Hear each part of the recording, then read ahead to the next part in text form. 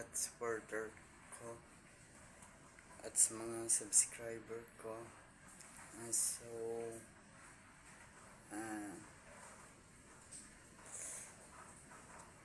ngayon po, yung halata niyo po sa akin, kala niyo po okay, pero may gusto po akong aminin sa inyo na hindi po okay ang pagdumi ko ngayon. So 8 days na po akong hindi napapadumi. So dati pa po itong sakit ko na ito na papasokan na ng camera ang loob ng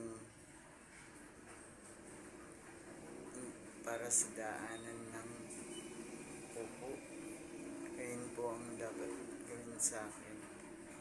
At yung isang option, uminom po ako ng gamot na Lactacid. So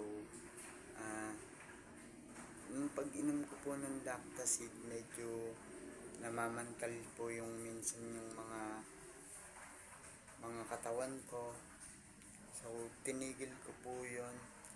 So nanalangin po ako noon time na yun na sana makadumi ko ng walang iniinom ng gamot. So sa awa po ng Panginoon nung time na yun, ayun po, medyo every 3 days, 4 days to 5 days nakakadumi po ako.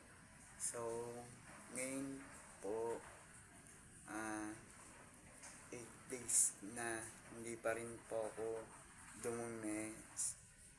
At uminom po ako dun ngayon ng yung iniinom ko na second option na Lactacid. So yung Lactulose yun. So ngayon po hindi pa rin po ako nadumi. Ang nais ko lang pong mangyari ay pasama na lang po sa panalangin mga kapatid na maging okay. Salamat po sa Diyos.